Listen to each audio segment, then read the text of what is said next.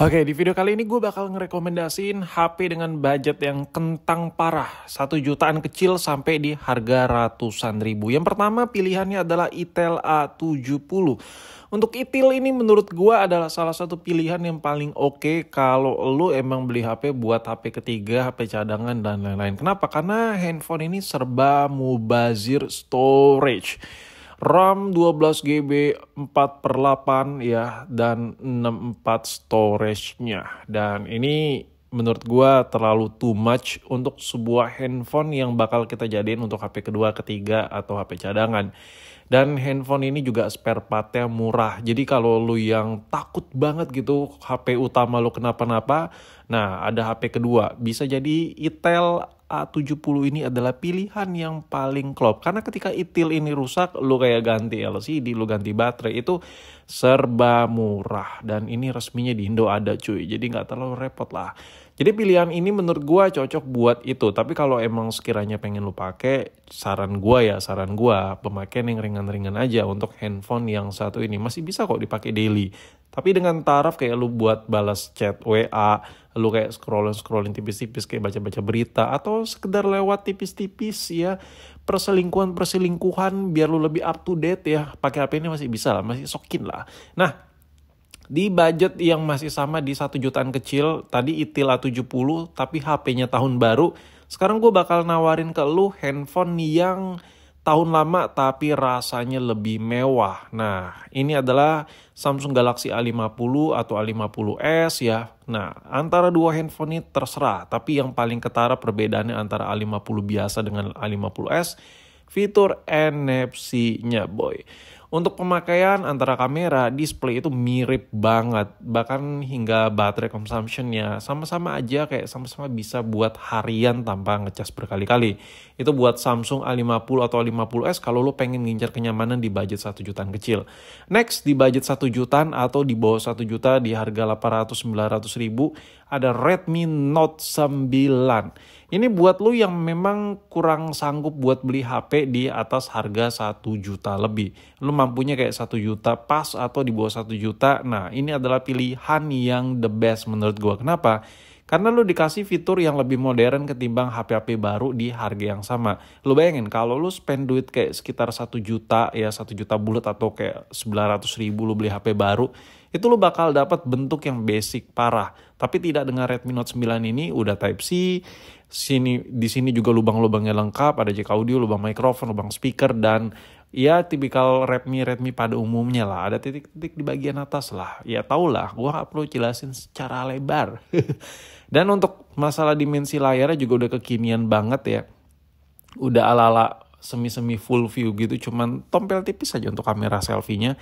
Dan yang paling gue suka dari Redmi Note 9 yang harga ratusan ribu ini, fitur kameranya paling lengkap di antara HP murah-murah lain yang dibuat oleh merek Samsung punya. Jadi kalau kita bandingkan secara head to head di harga yang sama, ini menawarkan fitur kamera yang menurut gue jauh lebih jos ketimbang Samsung.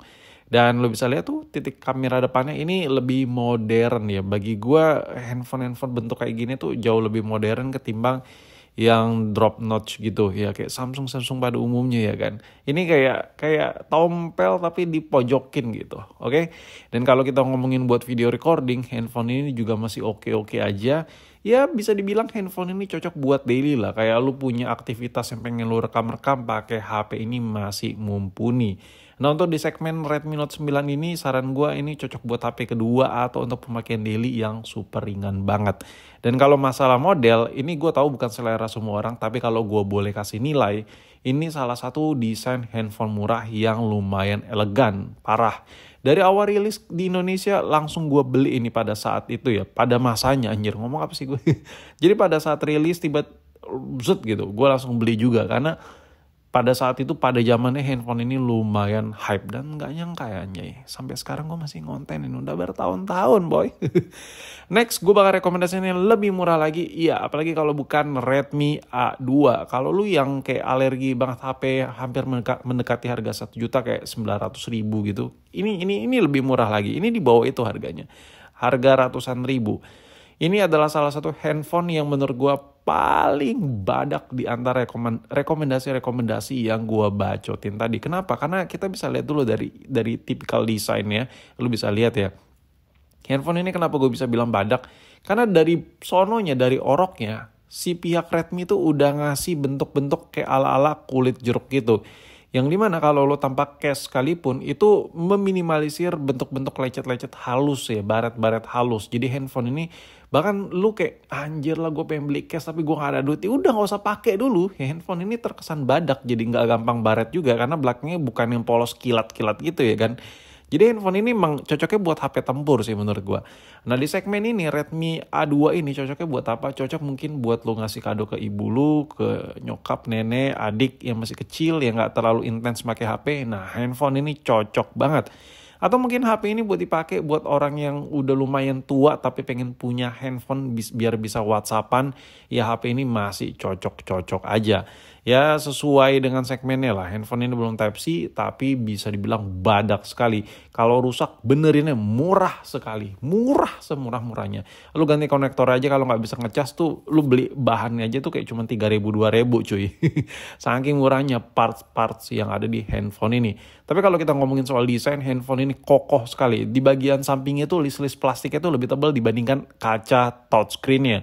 Jadi kalau lu makainya kasar kayak lu jatuh-jatuhin neprok-deprokin ke lantai gitu, handphone ini masih lumayan kuat boy. Dan kalau dari tampilan warna hitam seperti ini nggak ada kelihatan kayak HP murah banget gitu. Dia kayak HP lah, kayak HP normal-normal pada umumnya. Bahkan yang lebih gokse lagi, desain kameranya tuh kayak ala-ala iPhone 16 ya kan. Kayaknya sih iPhone ngikutin ini desainnya. Anjay, ngomong apa gue? Tapi kalau lu nanya masalah build quality, gue nggak bisa bilang ini bagus, terbagus, dan terbagus-bagus di antara yang terbagus-bagus ya. Tapi bisa dibilang ini adalah sebuah handphone nih ya, kalau gue taruh kasar gertak gitu ya, diampasin di meja gitu, diempasin di meja ya tuh menaruhnya kasar, cetak itu handphone ini lumayan kuat ya buat pemakaian orang yang jorok banget yang nggak peduli gitu sama barang ini, cocok nih HP begini. Kalau ngomongin soal display ini belum layar AMOLED ya, tapi layarnya kalau rusak ini murah sekali. Dan gue berani jamin ke kalian semua orang yang punya jasa servis, yang buka tempat servis, pasti senang banget buat nerima servisan ini. Karena HP-nya murah, dan buat perbaikannya juga murah, harga spare partnya juga murah, dan untuk replacementnya juga nggak susah-susah amat. Jadi lu buat servis handphone ini kayak rusak retak layarnya, baterainya, atau kerusakan-kerusakan minor kayak konektornya rusak, handphone ini juara lah. Hampir semua tukang servis kalau lu servis ini kayaknya nggak mesti ditinggal deh. Kalau spare partnya dekat atau dia ready gitu kayak bisa langsung satset. Dan rasanya gimana kalau dipakai? Rasanya tuh masih lumayan enak untuk pemakaian yang ringan. Kayak lu download WhatsApp, lu buka misalnya pakai buat Google Maps sesekali ya, bukan buat ojol ya. Handphone ini masih nyaman sekali. Tapi di antara semua handphone yang gue bacotin tadi, lu pengen yang ngebut gitu, tapi budgetnya murah 1 jutaan gak lebih gitu, 1 juta lebih. Nggak jauh dari handphone tadi. Ya lu pilih aja iPhone 7, jauh lebih jos dibandingkan semua handphone yang gue bahas tadi. Kalau lu penasaran spek-speknya gue taruh di deskripsi deh, biar lebih jelas.